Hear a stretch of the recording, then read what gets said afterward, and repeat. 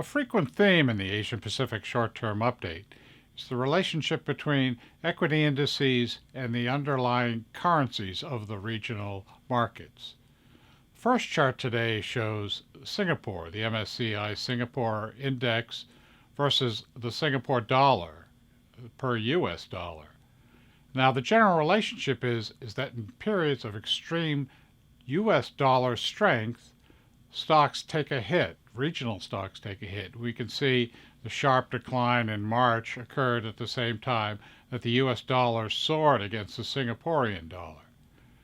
Now, with equities recovering, the US dollar has been weak. The weak US dollar recently has assisted in providing liquidity to help these markets recover.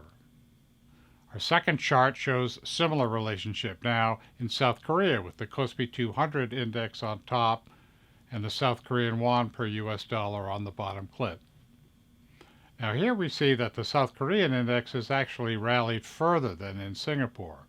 Their currency relation charts are very similar. So on a relative basis, we see that the South Korean equities are relatively strong compared to Singapore.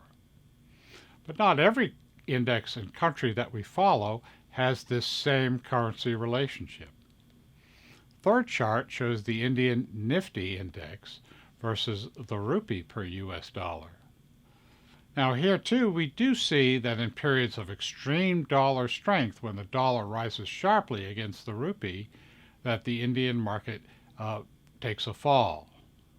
But there are other times when the rupee is stable where the Nifty index is rallying.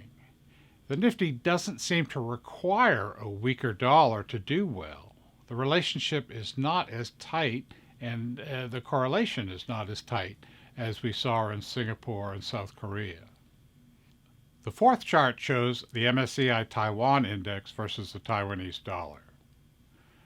Here too, during periods of US dollar strength, Taiwan stocks fell. But overall, the Taiwanese dollar is much stronger than neighboring currencies. We see that it just doesn't have those periods of weakness that we see in others, and that is beneficial longer term for Taiwanese equities.